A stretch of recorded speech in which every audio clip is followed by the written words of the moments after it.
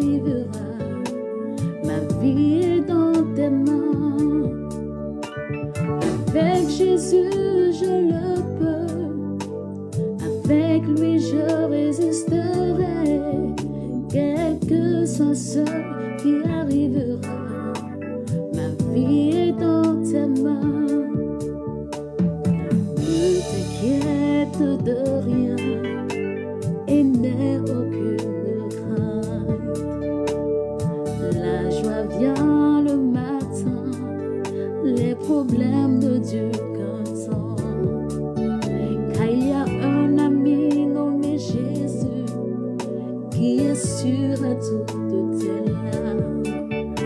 Et si ton cœur est brisé, lève ta main et déclare: oui, je sais que je réussirai. Je sais que je résisterai. Quel que soit ce qui arrivera, ma vie est dans ses mains. Avec Jésus, je le peux. Avec lui, je résisterai. Quel que soit ce qui arrivera, ma vie est dans ses mains. Et lorsque les épreuves semblent avoir le dessus, lorsque parents et amis sont très très loin de toi, souviens-toi de ton ami Jésus qui est sûr à toute ta larme. Et si ton cœur est brisé, lève ta main et déclare: oui, je sais que je réussirai. Je sais que je résisterai. Quel que soit ce qui arrivera, ma vie est dans tes mains. Avec Jésus, je le peux. Avec lui, je résisterai. Quel que soit ce qui arrivera, ma vie est dans ses mains. Bonjour chers frères et sœurs en Christ, bonjour chers amis internautes, que la grâce de Dieu repose sur vous et que le Tout-Puissant continue de vous assister dans ces moments difficiles que nous traversons nous tous.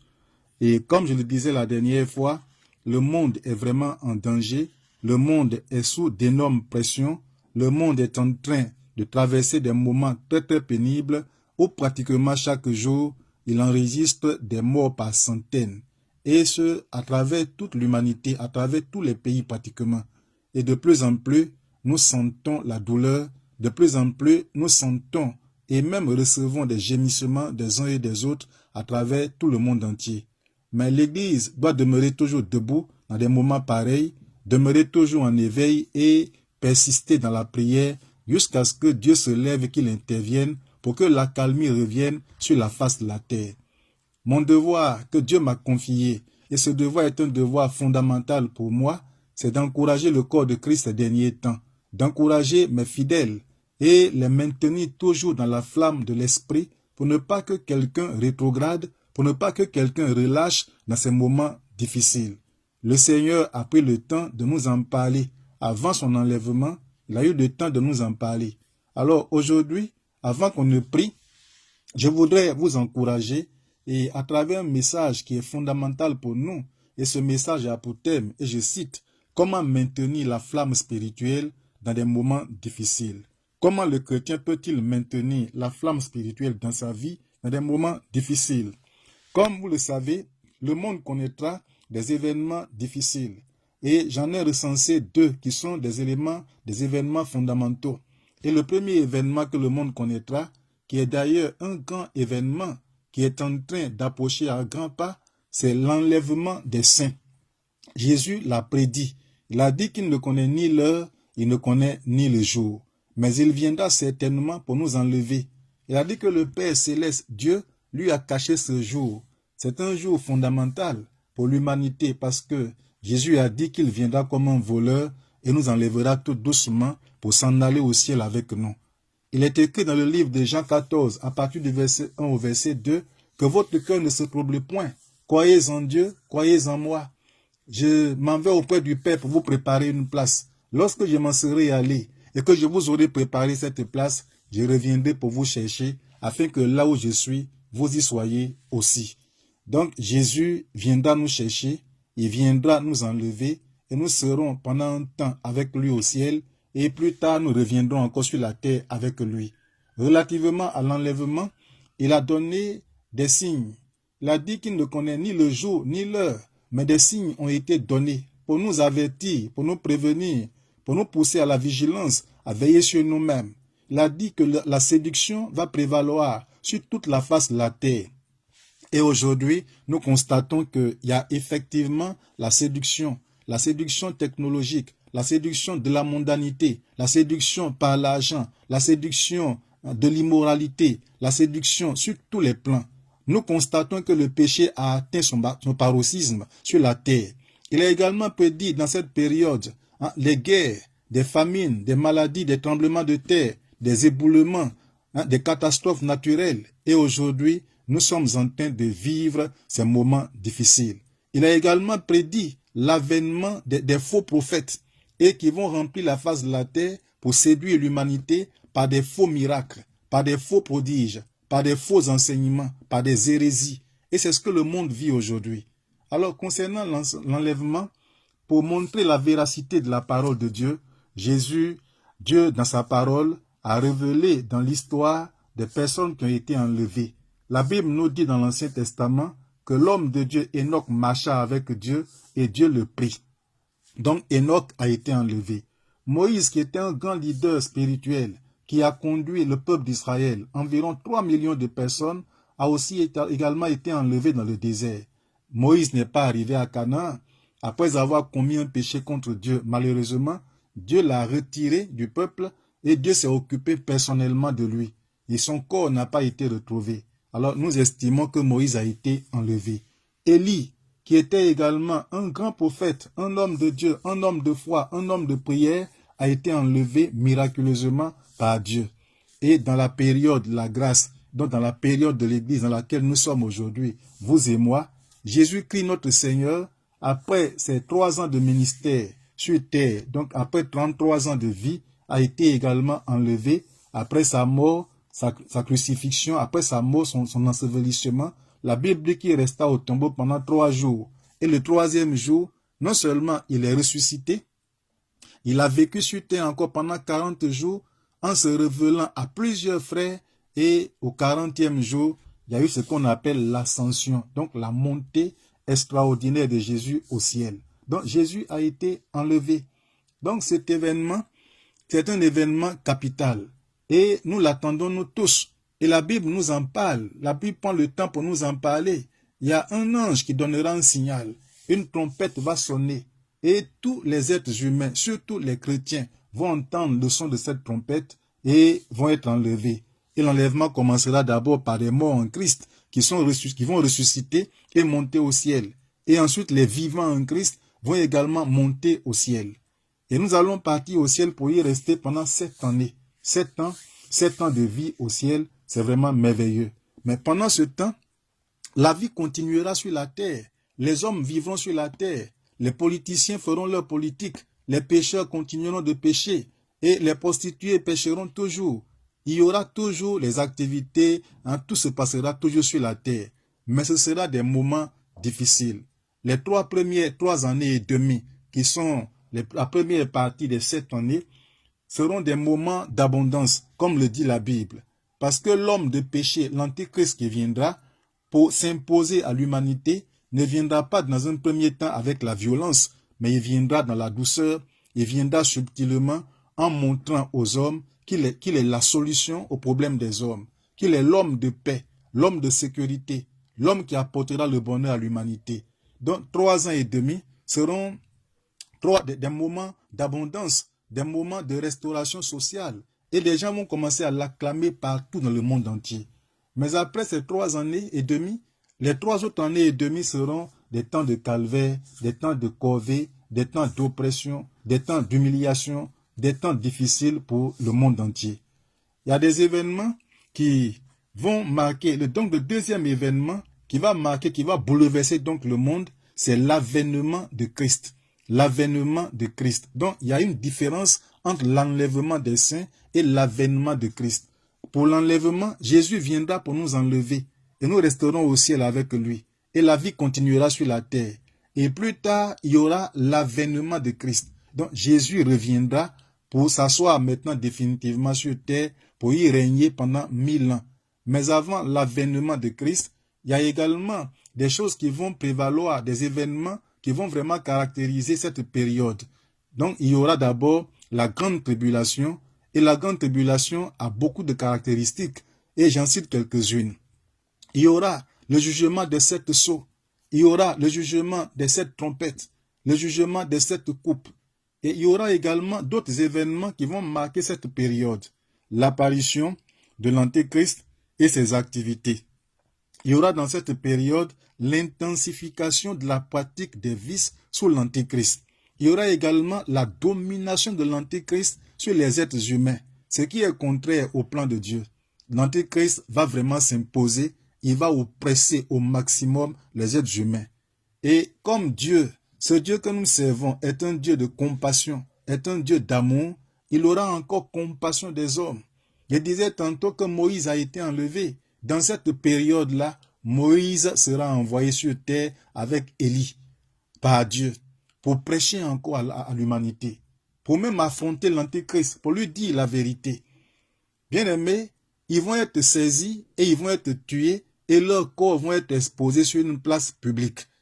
Et vous allez voir qu'après leur mort, après leur humiliation, l'humiliation de leur corps, la Bible nous dit que Moïse et Élie vont ressusciter. Ils vont ressusciter et donc Dieu va les enlever.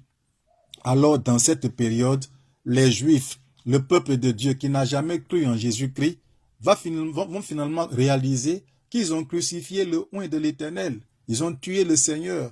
Alors ils vont se jeter à genoux pour implorer la grâce de Dieu et se repentir de leurs péchés. C'est dans cette période-là que environ 144 000 personnes vont se convertir à Christ après leur repentance. Et comme l'Antéchrist sera en train de régner dans toute sa rigueur, dans toute sa violence, il va se saisir de 144 000 personnes et il va les tuer. C'est pourquoi nous parlons, la Bible parle de martyrs. Donc ils seront tous tués en martyrs. Et je voudrais vous dire que s'il faut accepter Jésus, c'est maintenant qu'il faut accepter Jésus. Sinon, après l'enlèvement des saints, tous ceux qui vont accepter Jésus seront tués violemment. Et ce n'est pas fini. Avant l'avènement de Christ, il y aura également la guerre d'Armageddon. Après que ces Juifs se seront repentis et qu'ils seront également tués à cause de leur foi, à cause de leur engagement, à cause de ce qu'ils vont accepter Jésus, alors l'Antichrist va toujours travailler, il va non seulement mettre fin à leur vie, mais il va toujours continuer son travail. Il ne va pas s'arrêter là. Et l'autre événement qui viendra avant l'avènement de Christ, c'est la guerre d'Armageddon. Cette guerre sera provoquée par des nations, et ces principales nations, il y a Gog, la Chine, et il y a Magog, la Russie, qui sont en train d'émerger actuellement en matière technologique et sur le plan armement, et même au niveau relationnel par rapport à la diplomatie au niveau des nations, ils sont en train de s'engager à fond dans leur politique de conquérir tout le monde entier. Et vous qui connaissez l'histoire et l'évolution de ces grandes nations, elles sont en train d'avancer. Et à l'horizon, nous avons déjà à l'esprit que les États-Unis et même toute l'Europe vont s'effondrer avec le temps.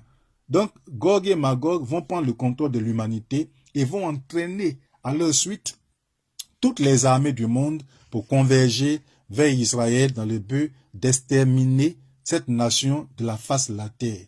C'est en ce moment-là que le Seigneur Jésus-Christ va revenir. Et c'est en ce moment qu'on parlera de l'avènement de Christ ou du retour de Christ. Et il y a des signes fondamentaux qui sont donnés. La Bible dit que le soleil va s'obscurcir, les étoiles vont tomber du ciel. Et il y aura également la résurrection des martyrs qui ont été tués pendant les temps difficiles de la grande tribulation. Et pendant cette période, la bête et le faux prophète seront arrêtés et jetés dans l'étang de feu. Et Satan et ses démons seront enchaînés, ils seront liés et jetés dans l'abîme pour 1000 ans. Alors le Seigneur reviendra donc au ciel, du ciel avec nous, nous qui avions été ressuscités antérieurement 7 ans avant, nous reviendrons avec le Seigneur sur la terre pour un règne de 1000 ans. Je prends le temps de vous révéler succinctement toutes ces choses. Ce sont de très longues histoires et je préfère vous les donner dans des études bibliques à l'église. Mais vu que nous sommes en train de traverser des moments difficiles, c'est pour vous interpeller, c'est pour vous rappeler ou alors pour vous avertir, pour que chacun prenne conscience, que chacun demeure en éveil. Donc je vous révèle toutes ces choses pour vous dire que nous sommes dans des temps difficiles dont le Seigneur a parlé. Les choses iront de mal en pire avant l'enlèvement et même après l'enlèvement. Donc l'église sera beaucoup secouée. Elle va perdre même quelquefois sa quiétude. Elle sera persécutée dangereusement. Des pasteurs et même des fidèles vont être tués à cause de leur foi en Dieu. Les temples seront fermés. Je ne suis pas contre l'existence des temples. Je ne suis pas contre l'acquisition des terrains. Mais il va arriver un moment où nous ne pourrons même plus nous rassembler quelque part pour prier. Alors, dans des moments difficiles, comment l'Église doit-elle faire? Qu'est-ce qu'elle doit faire concrètement pour maintenir en elle la flamme spirituelle? Comment le chrétien, qu'est-ce que le chrétien doit-il faire concrètement pour maintenir en lui le feu du Saint-Esprit? Ne pas relâcher, demeurer toujours en éveil, demeurer toujours dans la prière, demeurer toujours dans la méditation de la parole de Dieu. Qu'est-ce qu'il doit faire concrètement pour ne pas perdre la foi? Je voudrais vous dire que dans ces périodes, vous n'aurez pas de pasteur devant vous. Dans ces périodes difficiles, vous n'aurez pas d'apôtre devant vous.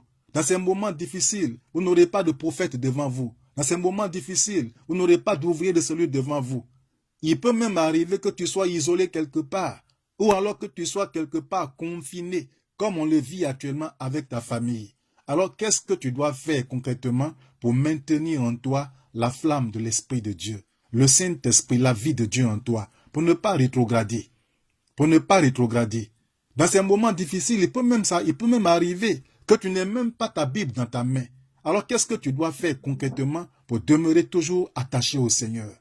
Donc pour répondre à cette préoccupation fondamentale pour moi, et je crois qu'elle vous intéresse également, il y a des solutions que je propose. La première chose à faire, c'est de demeurer dans l'obéissance à la parole de Dieu. Demeurer dans l'obéissance à la parole de Dieu. La parole de Dieu, elle est capitale pour nous. Nous l'avons reçue de la part du Seigneur à travers ses serviteurs dans nos programmes de culte. Les enseignements fondamentaux nous ont été donnés. Jusque-là, nous avons été éclairés par beaucoup de choses. Et la parole de Dieu, elle est source de bénédiction.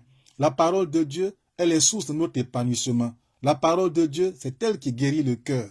Elle nous révèle. Elle nous amène à prendre conscience de notre état spirituel, moral, et nous en repentir sincèrement pour vivre avec le Seigneur jusqu'à la fin de nos jours.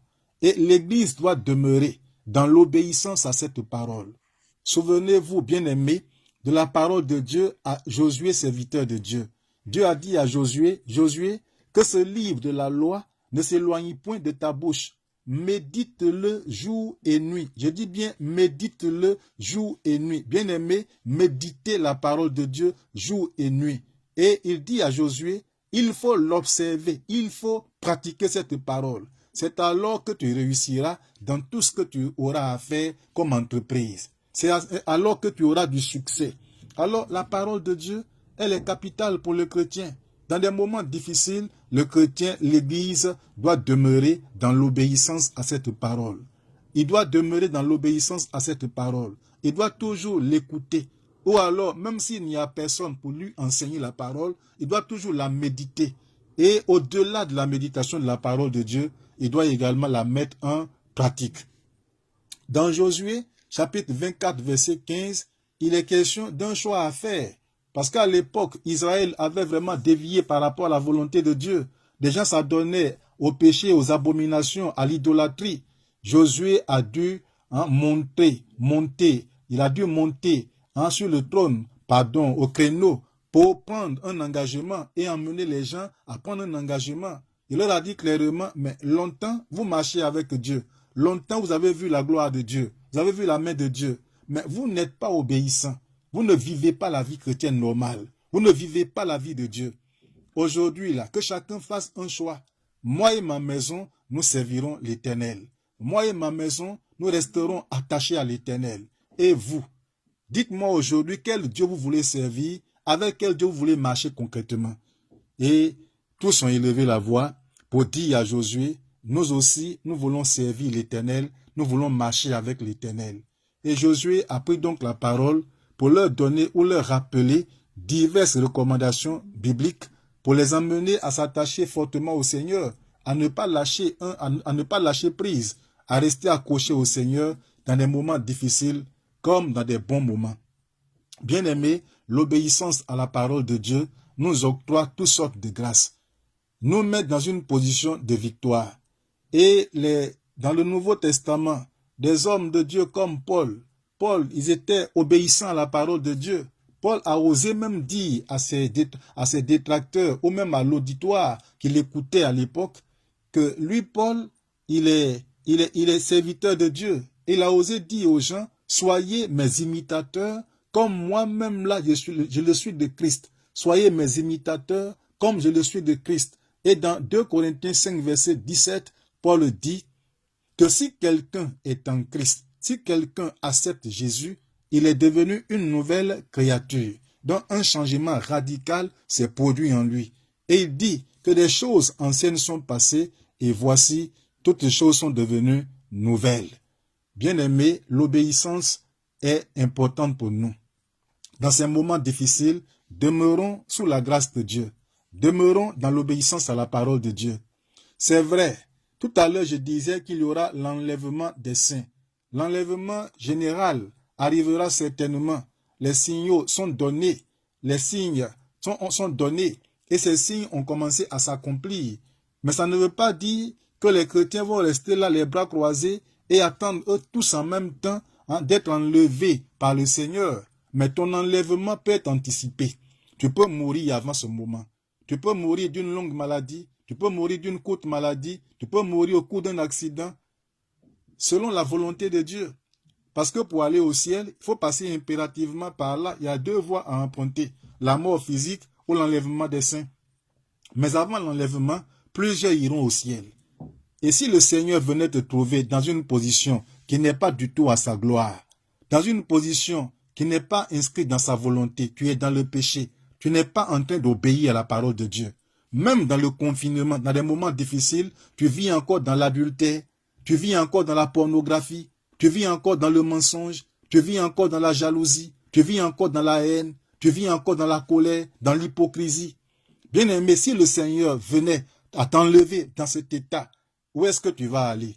Directement en enfer. C'est pourquoi l'obéissance à la parole de Dieu est capitale pour nous. Bien-aimés, obéissons. Même dans le confinement, demeurons obéissants à la parole de Dieu. Méditons cette parole, vivons cette parole, consacrons davantage au Seigneur. Parce que nul ne sait ni l'heure ni le jour. Deuxième élément que j'ai à vous donner pour maintenir en nous, pour maintenir en toi la flamme spirituelle, c'est la décentralisation qui a été faite. Oui, nous avons proposé cette décentralisation, elle a été adoptée. Et par la grâce de Dieu, présentement, à cette heure de difficulté, de confinement dans des familles, dans des maisons, n'ayant pas le choix, Dieu nous impose cette décentralisation. Et je bénis le Seigneur parce que nous étions déjà habitués à ça. Parce que plusieurs avaient l'habitude, enfin dans notre communauté, nous allions déjà dans les cellules de prière. Et ces cellules de prière ont été pour nous des armes, des instruments très efficaces pour encadrer l'Église de Dieu, pour suivre l'Église de Dieu, pour l'emmener à prier, pour l'emmener à se retrouver chaque fois autour de la parole de Dieu.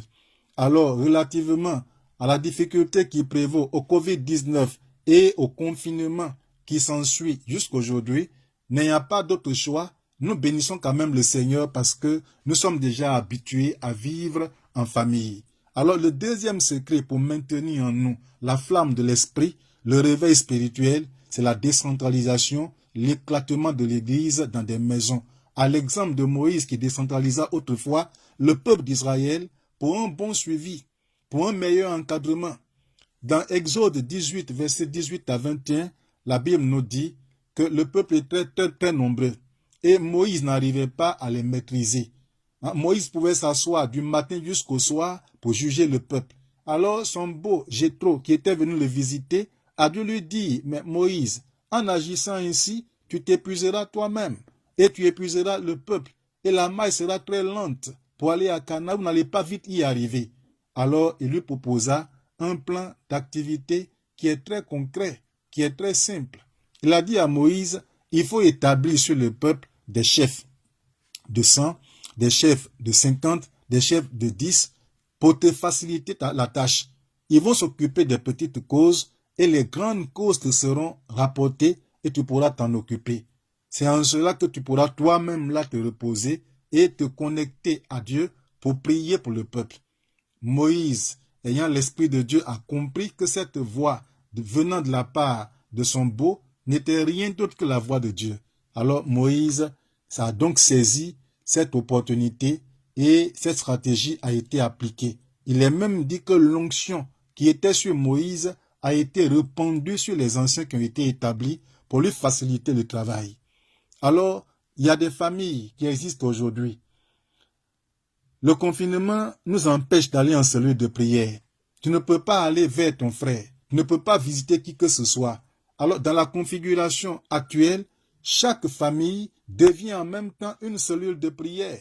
Chaque famille devient en même temps une église, dirais-je, dont le père de famille est l'ouvrier ou le pasteur, ou la mère de famille est l'ouvrière ou la pasteur, ou même le jeune homme qui est baptisé dans la famille est le pasteur pour diriger la famille. Et comment ça peut se faire? La prière peut se faire d'ailleurs tous les matins ou lors des différents jours de culte, et le culte se passe normalement, la parole est apportée par quelqu'un, soit le père de famille ou la mère de famille, ou le jeune frère ou bien la jeune fille de la famille peut apporter la parole de Dieu, et ça sera accompagné d'un temps de prière comme on le fait à l'église. Alors pour maintenir la vie de Dieu dans ta vie, il faudrait que les cultes de famille soient vraiment faits convenablement. Il faudrait que ces choses soient prises à cœur et que chacun s'y engage véritablement. Je voudrais lancer l'appel aux uns et aux autres, pendant que je suis en train de parler, que si tu n'es pas encore inscrit dans cette logique, cherche à nous contacter. Appelle-moi, appelle la secrétaire et on te dira où tu dois aller pour comment les choses doivent fonctionner à ton niveau. On t'orientera pour te permettre également comment il faut fonctionner. Que le Seigneur nous bénisse. Troisième chose, il faut mettre un accent particulier sur la prière en faisant appel à l'esprit de créativité, à l'esprit d'initiative. Et il faut prier. Il faut prier. La prière, elle est fondamentale dans ces moments difficiles. Bien-aimés, par la prière, nous pouvons repousser le mal. Par la prière, nous pouvons détruire les œuvres du Covid-19. Par la prière, nous remporterons certainement la victoire. Et je crois que si vous et moi, nos vies sont sauvegardées jusqu'à ce jour, c'est grâce aux prières des uns et des autres. C'est parce que nous crions à Dieu. C'est parce qu'au-delà même de la prière, nous jeûnons et nous nous humilions devant le Seigneur que nos vies sont préservées contre la maladie. Donc nous sommes en train de vivre chacun pour sa part, là où il se donne le confinement présentement, des moments d'exploit, des moments de victoire, des moments de bénédiction, des moments de révélation. Et la prière, je disais tantôt, doit être notre préoccupation, un accent particulier doit être mis sur la prière. Et j'ai ajouté en disant, avec un esprit de créativité et d'initiative. Ça veut dire quoi? Nous devons prier comme toujours on l'a fait, mais cette fois-ci, un temps de prière bien organisé, un temps de prière bien ficelé, un temps de prière bien coordonné, un temps de prière intensifié. Priez donc sans répit. Et la créativité, c'est que des groupes de prière vont être formés et même sont déjà formés par la grâce de Dieu. Et des groupes de prière, non seulement vont être formés, sont déjà formés, mais prient et prieront toujours à la chaîne. Donc une prière qui se fera, ou bien des prières qui vont se faire sans répit. Des prières qui vont se faire sans repos, en chaîne, ou même en rotation comme on le dit. Et aujourd'hui, par la grâce de Dieu, des moyens technologiques qui nous sont donnés, qui sont à notre portée, sont très importants. Et par la grâce de Dieu, on peut prier en conférence. Par la grâce de Dieu, on peut prier à 2, à 3, à 4, à 5 sur WhatsApp. Par la grâce de Dieu, il y a même des systèmes dans nos portables où on peut se connecter à 500 personnes en même temps pour prier, même écouter la parole de Dieu. Alors, la prière doit se faire, elle doit se faire sans cesse. 1 Thessaloniciens 5, verset 17 nous dit, priez sans cesse. Je le répète encore, priez sans cesse. Ce n'est pas une grande première. L'épidémie qui prévaut ou la pandémie qui prévaut n'est pas une grande première sur la face de la terre. Il y a eu des cas où Dieu s'est levé à un moment donné à cause des péchés des hommes pour frapper l'humanité. Nous connaissons l'histoire de Sodome et de Gomorrhe où Abraham intercéda pendant des jours. Abraham plaida le sort de Sodome et Gomorrhe pour que Dieu puisse épargner ces deux grandes villes. Mais il n'y avait pas d'homme juste. Il n'y avait que Lot. Et Lot a été épargné. Lot a été épargné avec ses enfants, ses deux filles. Même sa femme est restée dans le malheur, le feu. Hein, les braises sont tombées du ciel. Et même elle est devenue elle-même une statue parce qu'elle n'a pas obéi aux principes qui ont été donnés par les anges qui sont venus pour sauver la famille. Voyez, Abraham est un homme de prière. Dans l'histoire biblique, 2 Samuel chapitre 24, le roi David a été confronté à une situation difficile. C'est-à-dire, à l'époque, il était roi, il régnait sur tout le pays. Mais à un moment donné, il s'est assis. Vous savez, l'orgueil de l'homme l'amène quelquefois à l'égarement et même quelquefois à détruire beaucoup de choses à rendre compte. Alors David s'est assis et il est venu à son esprit comme ça de procéder à un dénombrement de tout le peuple, de tout le pays. Il appela donc ces généraux, dont le principal était Joab, et il les engagea dans cette tâche. Au départ, les Joab étaient hésitants, mais le roi insista quand même qu'ils aillent faire ce travail. Ils sont allés, ils ont fait le travail, et ils en sont revenus avec le résultat. Ils ont dit à David, nous avons fait le dénombrement. Au niveau d'Israël, nous avons dénombré 800 000 personnes de pied, dont des valeureux guerriers, des gens qui peuvent aller au front. Au niveau de Juda, nous avons dénombré 500 000 personnes. Donc en tout, 1 300 000 personnes qui pouvaient faire la guerre. Et la Bible dit qu'après le rapport des généraux, le cœur de David a commencé à se battre fortement. La culpabilité a commencé. Il a compris qu'il vient de commettre un péché. Ça dit dénombrer un peuple, ce n'est pas mauvais. Ça dit dans le fond, c'est pas mauvais. Mais devant Dieu, c'était un péché. David vient de montrer là qu'il ne comptait plus sur Dieu, mais il allait maintenant compter sur les hommes. Il ne comptait plus sur Dieu, il allait maintenant compter sur son armée, sur leur armement, sur leur capacité au niveau de la guerre, sur leur technicité, sur leur stratégie de guerre, sur leur manière, ou bien leur meilleure façon de manier des armes. Et c'est en cela que David a péché contre Dieu. Et plus tard, vous allez voir que l'homme de Dieu, Gad, va venir et va dire à David, tu as péché contre Dieu. Et relativement à tes péchés, il y a 3 plaies que Dieu te propose. Il faut choisir une de ces plaies et tu vas être frappé. Et David a dit, et Gad a dit à David, pendant 3 années, il y aura la famine. Ou alors tu fuiras devant tes ennemis. Et la dernière plaie, c'est la peste qui va frapper le pays pendant 3 jours. David va dire à Gad, je préfère la peste parce que mieux vaut tomber entre les mains de l'Éternel que de souffrir en courant pendant des années devant ses ennemis. Alors j'ai choisi la peste. Et la Bible nous dit dans l'histoire que pendant 3 jours, la peste a frappé le peuple de Dieu. Et environ 70 000 personnes sont mortes en 3 jours. Vous voyez, 70 000 personnes sont mortes en 3 jours. Depuis que le Covid-19 a commencé, on n'a pas encore fait un bilan pareil. Mais ici, en 3 jours seulement, 70 000 personnes sont mortes dans un pays. C'était quand même un drame. C'était un moment de tristesse en Israël. C'était un moment d'amertume, de pleurs en Israël. Et qui a causé ce tort-là? Qui a causé cette faute-là? C'est le roi David. Son orgueil l'a poussé à dénombrer. Et quand le chef pêche contre Dieu, quelquefois même là, Dieu ne s'en prend pas au chef. Dieu ne s'en prend pas au chef de l'État, mais ce sont les sujets qui subissent ces mauvaises conséquences. Et malheureusement, des innocents sont morts par milliers. Et David étant frustré, David étant attristé, David étant troublé, il a vraiment tourné ses regards vers le Seigneur. Et la Bible dit que l'ange qui frappait s'était arrêté à l'air d'Aravna. Et David était là. Et David a dit à Aravna, vends-moi ta portion de terre, je vais y élever un autel pour parler à Dieu, pour crier à Dieu. Aravna voulait faire un don, mais David a dit, je ne peux pas offrir à l'Éternel quelque chose qui ne me coûte rien du tout. Vends-moi cette portion de terre, je vais y établir un autel. C'est ce qui a été fait. Et la Bible dit que l'autel a été élevé par David et David a offert à l'Éternel Dieu des sacrifices. Et la colère de Dieu s'est apaisée à l'égard de David et à l'égard de toute la nation d'Israël. Et la paix s'est retirée. Ici, je disais tantôt qu'il faut prier. Il faut organiser des moments de prière, mais avec beaucoup d'esprit de créativité. La créativité, c'est le groupe de prière. La créativité, c'est les instruments que nous avons aujourd'hui avec lesquels nous prions. La créativité, c'est tout ce que nous sommes en train de créer actuellement. Tous les groupes de prière qui sont faits au niveau de Paris. Nous en avons 19 qui prient matin, midi et soir. C'est du jamais vu dans notre histoire à Paris.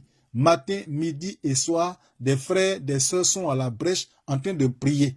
Donc pour dire que du coup, dans des moments difficiles, celui qui veut être réveillé peut être réveillé par la grâce de Dieu. L'Église qui veut être réveillée peut y arriver par la grâce de Dieu, en faisant appel à un esprit de créativité, en faisant appel à la détermination, en faisant appel à la consécration véritable à Dieu. Et elle va y arriver, ou le chrétien peut y arriver. Et David a prié, il a crié, et par sa prière, la peste a cessé, le peuple a été restauré, le peuple a été reconstruit par la grâce de Dieu. Bien-aimés, nous traversons des moments difficiles. Nous ne sommes pas morts et nous n'allons pas mourir, vous et moi. Mais nous resterons vivants à condition que vous et moi demeurions dans la prière. La nation ou les nations vont être libérées à condition que l'Église se lève toujours, quel que soit son lieu de confinement, qu'elle élève toujours la voix vers Dieu pour prier. Par notre prière, Covid-19 va se retirer. Par notre prière, la maladie va être détruite. Par nos prières, tous ceux même qui sont malades en dehors de Covid-19 vont être guéris. Par nos prières, la mentalité des gens changera. Par nos prières, des païens parviendront également à la conversion. La prière du juste, et la Bible dit, a une efficacité. Élie était un homme comme nous, un homme ordinaire comme nous. Mais Élie éleva la voix vers Dieu. Et la pluie cessa sur la terre pendant 3 ans et 6 mois. Et la Bible dit que le même Élie, après avoir exterminé le prophète de Baal, il éleva encore la voix vers Dieu. Et la pluie revint sur la terre. Pour dire que la prière de l'homme juste, la prière de l'Église, la prière du chrétien peut changer les circonstances, peut changer les temps, peut changer les mentalités, peut arrêter la pandémie, peut arrêter les épidémies, peut arrêter le diable dans son activité. Quatrième moyen que Dieu nous donne pour remporter la victoire et aussi pour garder, surtout pour garder en nous la présence de Dieu, c'est que nous devons dans ces moments difficiles, procéder toujours à des programmes d'évangélisation, mais tout doit se faire pour le moment. Comme nous avons l'opportunité d'avoir tous les instruments technologiques dans nos mains, nous devons également procéder à l'évangélisation par communication téléphonique. Faire des études bibliques par communication téléphonique. Utiliser les moyens que les médias nous donnent pour que nous puissions toujours maintenir la flamme spirituelle au milieu de nous. Et aujourd'hui, dans ce moment de confinement, nous avons même une famille qui a pu gagner dans ce temps de confinement cette arme par la grâce de Dieu. N'est-ce pas merveilleux ça? Ils ont été en contact avec des gens, ils sont rentrés en contact avec des amis, des connaissances qui ont besoin de Christ dans ces moments difficiles. N'oubliez pas que les païens ont peur. Ils ont même peur pour leur vie présentement. Ils sont beaucoup effrayés. Ils ne savent pas à quel saint se vouer. Ils ne savent pas vers qui se tourner. Ils ne savent pas quel Dieu invoquer. Or, toi, tu as le vrai Dieu. Jésus est avec toi. Jésus est en toi. Tu as la parole de Dieu.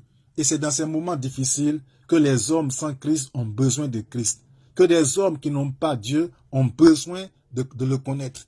Alors, prenons nos moyens de communication rentrons en contact avec nos amis, avec nos collègues, prêchons-leur la parole de Dieu. Enseignons-leur la parole de Dieu.